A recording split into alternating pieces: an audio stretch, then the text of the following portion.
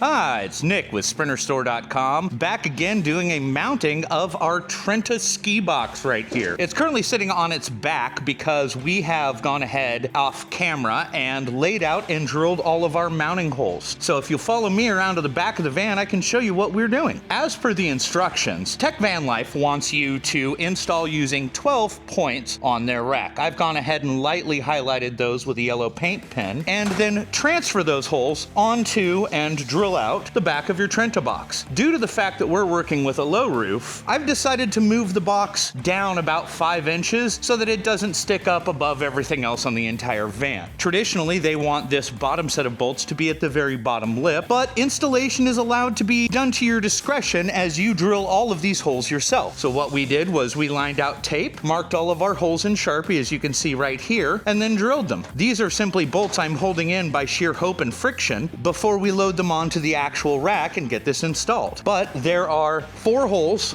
on each side and 2 holes in the middle and the bottom to align with the holes on our rack. This is going to give you a lot of support and allow the box to carry a lot more weight than most people would think, and also be very sturdy. I'm going to have Dennis and myself pick up the box, and we're going to set it on a stand that I've determined should be very close to the correct height. May not be quite perfect, there may be some fiddling. We'll find out. Down we go. We're going up, up, and on. And that puts us about 2 inches too high. Back down we go. All right, we're gonna set it down. One more time. 1, 2, 3. All right, perfect. So I've preset the 4 center bolts in the box, and we're really fortunate in that at the height I've set it at, 2 2x4s on their side lines up almost exactly with the height I need back here. So I've got 1 bolt already pushed through. On the bolts themselves, they're a 5mm Allen, and we will be using a 13mm ratchet for our nylocks for the back. The top 2 bolts aligned correctly. I've pushed them through to the best of my ability, and I'm just hand starting a couple of the nuts to make sure that it stays in place while we finish shifting it around. So I just want to get a couple of turns with my wrench on this nut. I've got an Allen wrench on the other side, and frankly, the friction of this whole unit should hold this in place relatively nicely while I get these first couple of bolts set. Okay, first one's set. Let's get the second guy going. There we go. Appears the second bolt is through right there.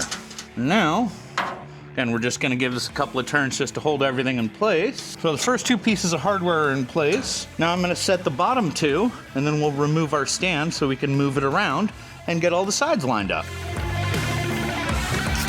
I'm going to drink a little fancy Italian bubbly water, and we're going to tighten up some bolts. It is going to be over 100 today, kids, so hydrate. With tightening up the bolts, what I'm using is a 13mm socket on a very small ratchet, as you can see. I'm going to be feeding this in from the back and then holding an Allen wrench on this side. The idea is not to get these at their final resting place. It's to get them quite close so they can bear the weight of the whole unit while we align the rest of it.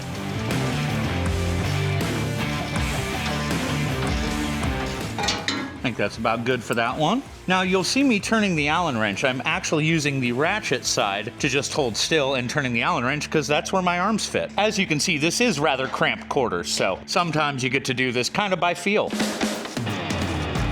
It's about as tight as I can get that one. With the door being in the way, it makes it a little harder. Again, these don't have to be perfect as we're going to be aligning everything and using the rest of the bolts to hold weight before we load the unit. So I'm going to get my ratchet out without hurting anything or myself, and I'm going to go ahead and get the bottom 2 bolts going tighter, and then we're going to pull the stand out and align it all up.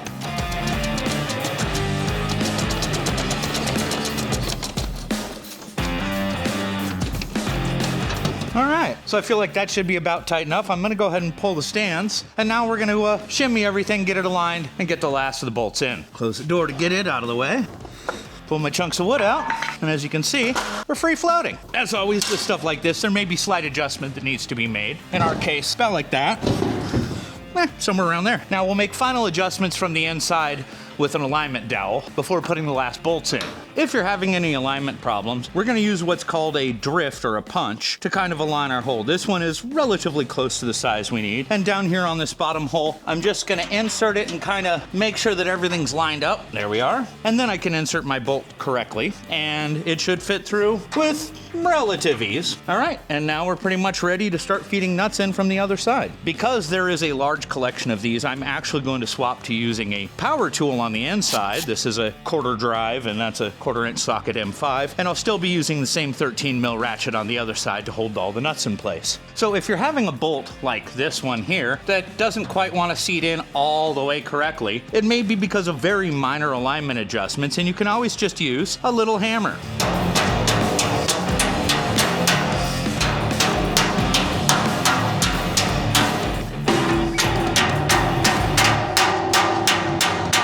Perfect. So at this point, I'm just doing the fun task of feeding bolts in from the back. I recommend having 1 or 2 extras for that exact reason, because it seems like everything you do on a van, you got to get your hand into a place you can't see. Goodbye, little bolt.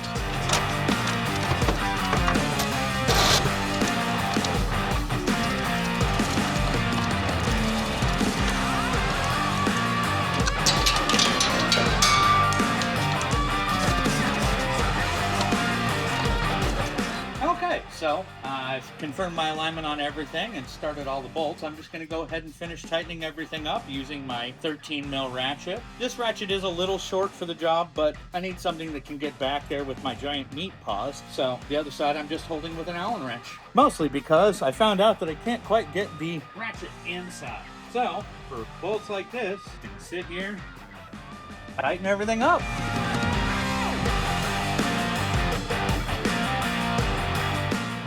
Done, and looks like I've got one more to go.